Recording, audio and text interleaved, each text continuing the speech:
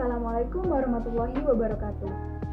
Kami dari kelompok 3, Geografi kelas 22 SMA Negeri 2 Nganjuk akan mempresentasikan mengenai materi danau dan pemanfaatannya. Sebelumnya kami sampaikan terima kasih banyak atas kesempatan yang telah diberikan oleh Bu Uswatun Hasanah, Sarjana Pendidikan, selaku pengampu mata pelajaran Geografi di kelas 22. Sebelum kita membahas ke materinya, marilah kita berkenalan terlebih dahulu. Saya Jihan Masya Eladibah, nomor absen 12.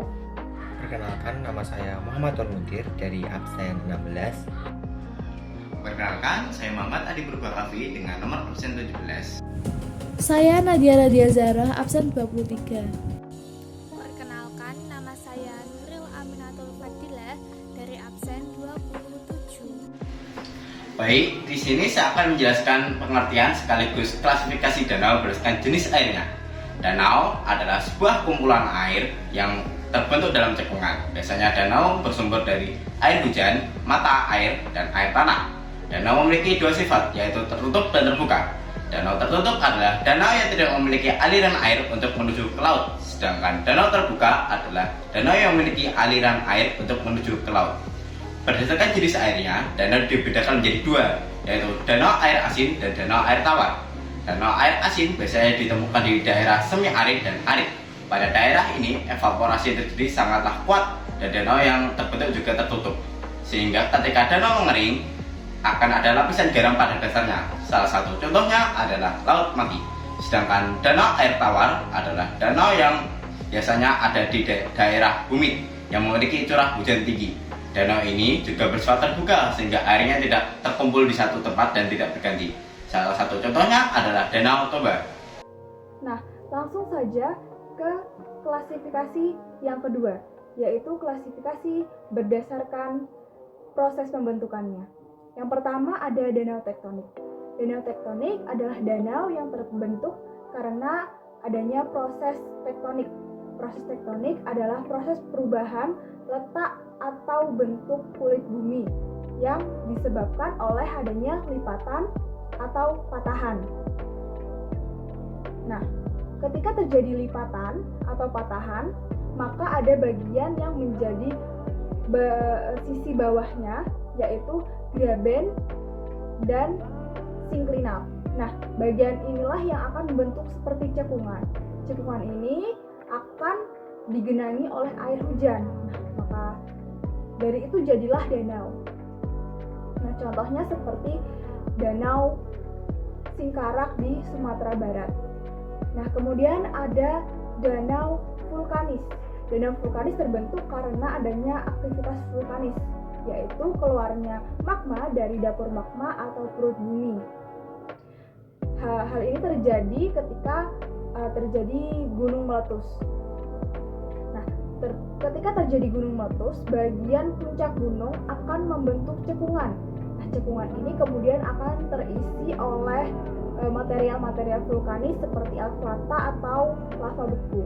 Kemudian ketika terjadi hujan, maka air akan menggenang di cekungan tersebut dan terjadilah danau. Contohnya seperti Danau Batur di Bali. Saya akan menjelaskan mengenai danau tektovulkanik, danau glasial, dan danau karst. Yang pertama adalah danau tektovulkanik.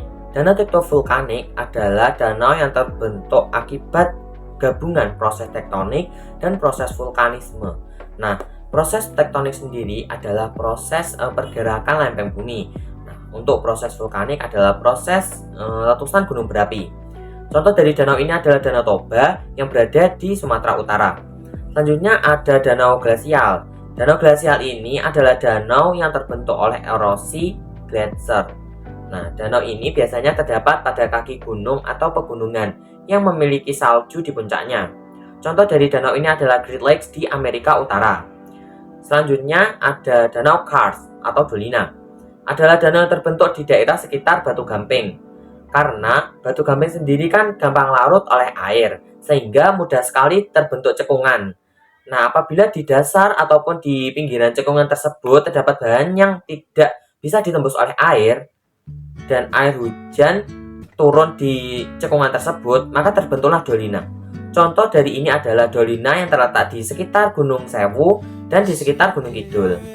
Nah, selanjutnya adalah danau terbendung. Danau terbendung merupakan danau yang terbentuk ketika aliran sungai terbendung oleh bahan-bahan seperti runtuhan gunung, moraine dari gletser, dan aliran lava. Contoh dari danau ini adalah Danau Air Tawar di Aceh dan Danau Tondano di Sulawesi. Dan yang terakhir merupakan danau buatan. Danau buatan adalah danau yang sengaja dibuat oleh manusia untuk memenuhi kebutuhan air, seperti untuk minum, untuk memasak, untuk mencuci. Nah, contoh dari danau ini adalah Bendungan Semantok di Nganjuk dan juga Waduk Bening di Saradan. Kali ini saya akan menjelaskan tentang manfaat danau. Yang pertama yaitu sebagai persediaan air bersih.